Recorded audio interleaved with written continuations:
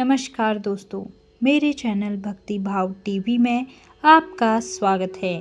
तो दोस्तों, आज के इस वीडियो में मैं आपको सुनाने वाली हूँ भीम व हिडिंबा के विवाह की कथा। हिडिंबा पांडव कुल की सबसे पहले बनने वाली वधू बनी थी। लाक्षागृह यानी लाह के बने घर को जब दुर्योधन एवं मामा शकुनी की योजना के अनुसार जलाया गया, तब पांचों पांडव अपनी माता कुंती समेत उसी भवन में थे। इन सभी की हत्या करने हेतु ऐसा किया गया था। अपने सामर्थ्य एवं दैविक कृपा से वो वहां से बच निकले और भेष बदल कर रहने लगे। इसी क्रम में वे एक जंगल में पहुंच गए। रात अंधेरी थी और जंगल घना था। जमीन पर बड़े बड़े झाड़ उगे थे, जिसके कारण चलना मुश्किल हो गया था। तब धर्मराज युधिष्ठिर ने भीम से उन सभी को ले जाने का अनुरोध किया। भीम ने अपने शक्ति का परिचय देते हुए अपनी माता सहित अपने चारों भाइयों को उठाकर चलना प्रारंभ किया। हिडिंब के राज्य में पांडव पुत्र जब वे वन में ऐसे स्थान पर पहुंच गए जहां धरती समतल और कोमल घासों से ढकी थी, तब वहां भीम ने सबको धरती पर उतारा और सब भाइयों ने मिलकर सोने के लिए व्यवस्था की।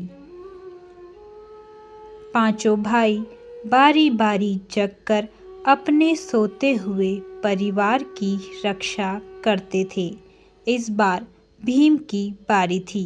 वह जंगल अपने वृक्ष, चट्टानों सहित काली शक्तियों के प्रभाव के कारण मायावी था तथा एक शक्तिशाली एवं मायावी राक्षस हिडिंब का राज्य था। जंगल में आने वाला कोई भी मानव इस मायावी स्थान से निकल नहीं पाता था, अपितु राक्षसों का आहार बन जाता था। इन राक्षसों की घ्राण शक्ति यानी सूंघने की शक्ति बड़ी तेज थी। जंगल में मानव के प्रवेश को तुरंत भाप लेते थे। भीम पर हिडिंबा का मोहित होना। जब राक्षस राज हिडिंब को इन मनुष्यों के आने का पता चला, तो वह मानव मांस खाने के लिए लालायित हो उठा। उसने अपनी बहन हिडिंबा को उन मनुष्यों को उसके सामने प्रस्तुत करने का आदेश दिया। हिडिंबा पांडवों के समीप जा पहुंची। भीम को देख हिडिंबा मोहित हो गई।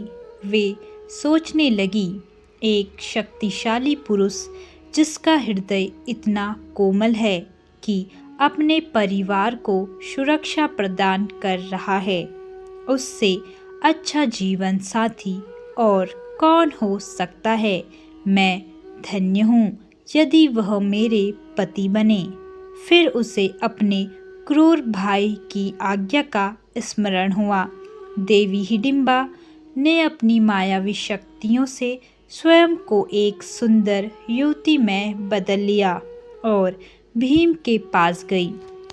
पहले जंगल में भटकी हुई युवती के भांति अनेक प्रकार की बातें कहीं। फिर जब भीम ने उन्हें रक्षण देने की बात कही, तब वो वहीं पर बैठ गई। भीम को सच बताना।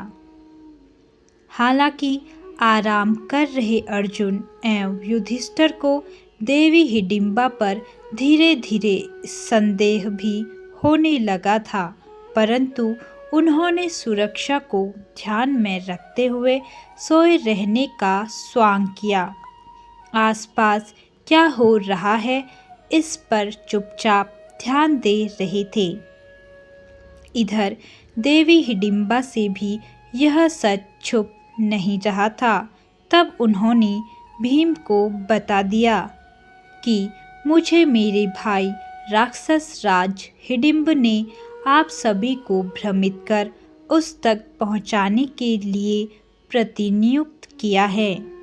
परंतु आपको देखकर मैं आपसे प्रेम करने लगी हूँ। मैं आपसे विवाह करना चाहती हूँ। मैं आप सभी को यहाँ से बाहर निकलने का रास्ता आपको बता देती हूँ। मेरा भाई हिडिंब बहुत ही पराक्रमी, मायावी और क्रूर है। उसके आने से पहले आप लोग सुरक्षित स्थान पर चलिए। हिडिंबा को भीम का उत्तर। भीम ने उत्तर देते हुए कहा, देवी मैं आपको नहीं जानता, परंतु आपको इतना बता दूं कि हम पांचों भाई क्षमता में किसी से कम नहीं हैं। मैं वृकोदर किसी भी राक्षस को समाप्त करने में सक्षम हूँ। इसीलिए मुझे इनकी निद्रा भंग करने की आवश्यकता नहीं है। अब ध्यान से उन महान मनुष्य को देखिए। वे धर्मराज मेरे बड़े भाई हैं। उनकी अभी शादी नहीं हुई है। मैं अभी किस प्रकार विवाह कर सकता हूँ? चर्चा चल ही रही थी कि राक्षस राज हिडिंब वहां पहुंच गया। अपनी बहन को ऐसे वशीभूत देख वह क्रोध से भर गया। अपनी बहन और सभी पांडवों को मृत्युदंड देने का निर्णय लिया। दूर से ही अपने भाई के घातक रूप को देख देवी हिडिंबा भयभीत हो गई और भीम को अपने परिवार को जगाकर सुरक्षित स्थान पर ले भागने को कहा। परंतु वे कह भी किससे रही थी? महाबली भीम से, जिन्हें राक्षसों और जानवरों से लड़ना पसंद था। राक्षस हिडिंब का वध। भीम ने हिडिंबा से कहा, यह याचना अनुचित है। मैं पीठ दिखाकर भागने वालों में से नहीं, ना ही ऐसे राक्षस की उद्दंडता के लिए अपने परिवार की निद्रा भंग करूंगा। युधिष्ठिर एवं अर्जुन सतर्क हो सब सुन रहे थे, परंतु स्वयं मनुष्य के भांति स्थिर थे। भीम ने क्षण भर में हिडिंब को पकड़कर घसीटते हुए दूर स्थान पर ले गए।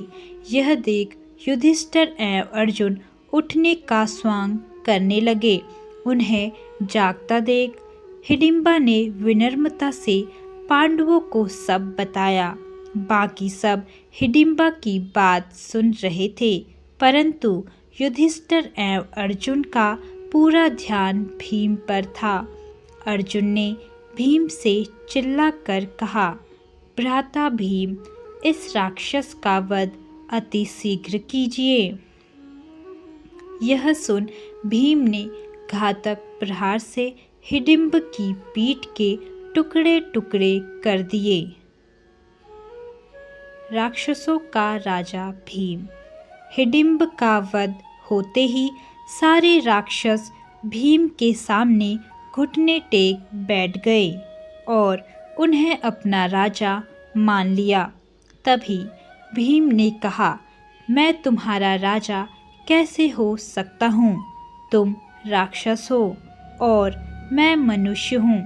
तब उनके मंत्री ने कहा, हे राजन, हमारे यहाँ परंपरा है कि जो हमारे राजा को मारता है वही अगला राजा बनता है।